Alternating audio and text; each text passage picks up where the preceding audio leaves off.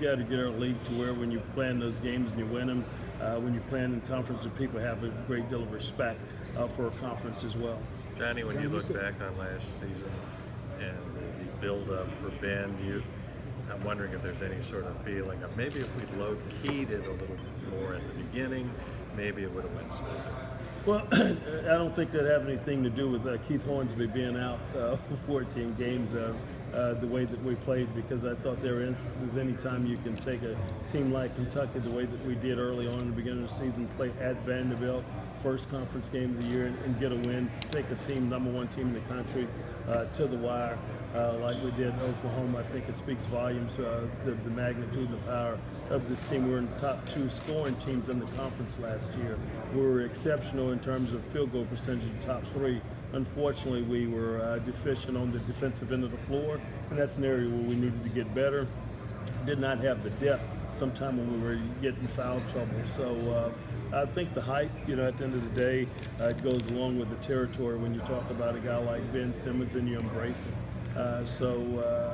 Things has worked itself out.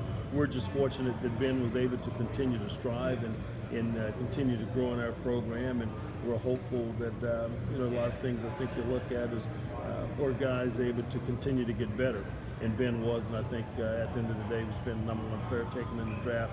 That's something we certainly celebrate as well. You said it's not it wasn't a disappointing season. You have the #1 player in the NBA draft. A lot of veterans as well with that team don't make the tournament.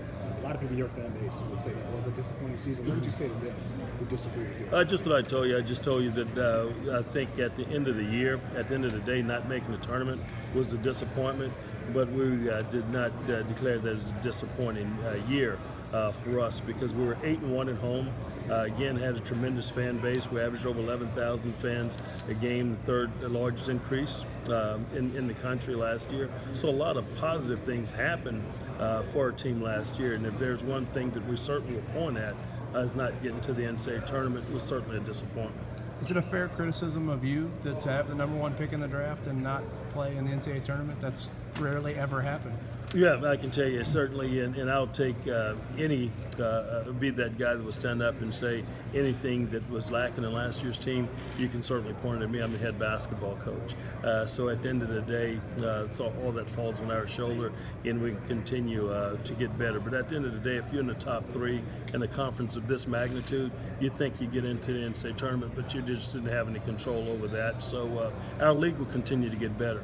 And teams that finish in the top 3, 4, or 5, I think we're hopeful that because of some moves that the conference have made, that wouldn't be one of those things that continue to happen. So you thought you merited an